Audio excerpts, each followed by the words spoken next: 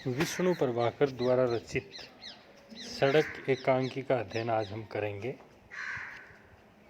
प्रारंभिक संगीत है, उसके बाद में पदजाप और उसकी पृष्ठभूमि में मोटर बस आदि की आवाज़ भी आ रही है।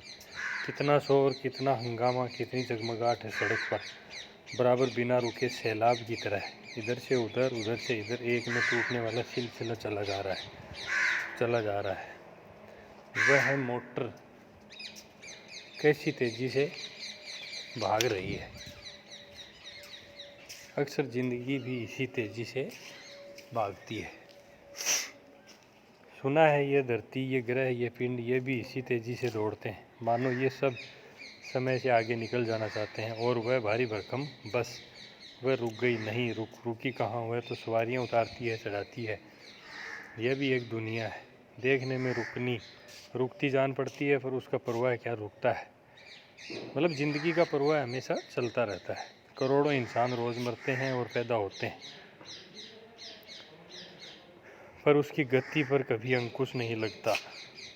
वह बराबर चलती रहती है। और वह देखो अपनी टापों से सड़क को कंपाते घोड़े तांगे को लेकर कैसे भागे जा रहे हैं। क्या सूरज के रथ के घोड़े भी इसी तरह से दौड़ते हैं? क्या उनके तरनालों की आवाज़ इसी तरह गूंजती है? ये जो दिन उगते ही शोर मचता है, ये शायद वही गूंज तो है। हाँ, यही वही गूंज है। और वह रिक्शा वाला अपने फेफड़ों पर अपनी ज़िंदगी के साथ सवारियाँ जो हैं उनका बोझ डाले कैसे सिर झुकाए नंगे पैर दौड़ा चला जा रहा है। वह मानो याद दिलाता है कि यह एक इंसान का नहीं बल्कि समूची इंसानियत का सिर झुका है। क्या इस कराहती हुई मानवता की जलती आँखें से गिरी चंद बूंदें सड़क की छाती में तूफान नहीं पैदा करती? बड़े बड़े ट्रैक्टर, बड़ी बड़ी लारियाँ, फौलादी पहियों वाले टैंक, मोटर, तरनालों से चोट करते हुए घोड़े, इन सब की चोट सड़क के दिल में गूंज उठती है। पर इन आंसुओं और पसीने की बूंदों की मूक वेदना ये कैसे सह लेती हैं?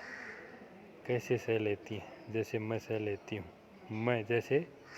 हूँ। मुझसे इस बात का क्या संबंध है? हाँ, मुझसे सड़क का क्या संबंध है? संबंध है। औरत और सड़क का पूरा पूरा संबंध है। औरत और सड़क का पूरा पूरा संबंध है। औरत और सड़क का पूरा पूरा संबंध है। तो ये बार बार रिपीट हो रही है बात। सहसा हंसकर अब समझ में आया मैं सड़क को बहुत पसंद करती हूँ। जब यहाँ आती हूँ तो सांझ सवेरे इसी खिड़की में बैठकर इसे देखा करती हूँ। मैं कभी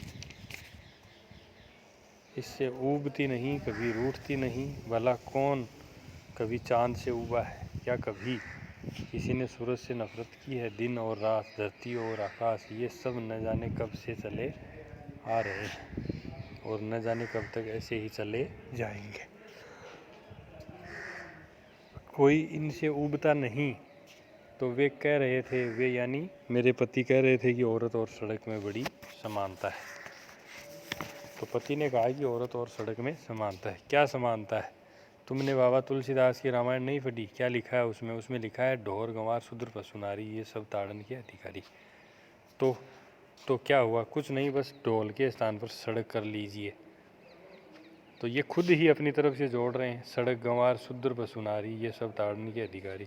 स्त्री की तरह सड़क भी पिटने पर ही ठीक रहती है। हालांकि ये बात जो है ये कोई सही नहीं है, हम इसका समर्थन नहीं कर सकते, लेकिन लेखक ने लिखा है ऐसा। इसलिए टैंक, ट्रक, लॉरी, बस, मोटर, घोड़ा गाड़ी, यहाँ तक कि इंसान सब उसे अपने पैरों से पीटते रहते हैं। खूब बहुत दूर की सूझी तुम्हें वही बली आ रही है तुम्हारी बुद्धि को, हंसती है दाद देती हूँ तुम्हारी सनों की सूझ पर। कभी कभी मेरे पति को भी क्या दूर का मजाक सूझता है। मजाक? ये क्या मजाक है? हाँ, मजाक नहीं तो और क्या है। ये मजाक नहीं है तो क्या है? यह एक सच्चाई है जो औरत को बनाती है, जो उसे वह ताकत देती है जिसके सहारे वह सारी सृष्टि का भार अपने कंधों पर उठाए रहती है। सड़क के सीने पर जैसे पत्थर कूटते हैं, दुर्मुठ चलते हैं, दानव जैसी स्टीम रोलर चलता है, जिस तरह उसके नीचे आकर इंसान चटनी बन जाता है, उसी तरह औरत के सीने में अनगिनत तमन्नाओं और हसरतों की ख्वाबगाह है। उस पर समाजी डर और बंधन के दुर्मुठ चोट करते हैं और फिर कर्तव्य का स्टीम रोलर सबको पीस कर समतल कर देता है। सीमेंट और तारकोल के नीचे सड़क की भावनाओं की समाधि बनती है, तभी तो रिक्शा वाले के पसीने की बूंदों का उस पर कोई असर नहीं होता। उसी तरह युगों पहले इसी समाज और कर्तव्य के कारण सीता जिंदा धरती में समा गई थी। युगों बाद फिर एक यशोधरा को कहना पड़ता था, मेरे दुख में भरा विश्व सुख तो क्यों न भरूं फिर मैं हामी।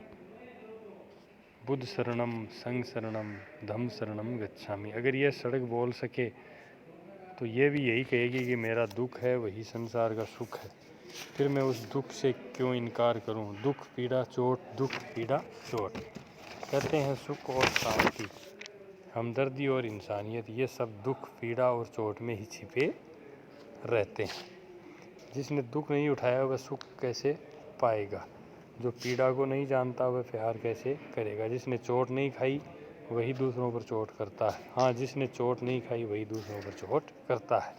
चांदी का डाला सिर फोड़ सकता है, पर चोट खा कर जब वह वर्क बन जाता है तो वह शोभा और श्रृंगार का कारण होता है। पीड़ा सहकर नारी भी तो ऊंची उठ जाती है।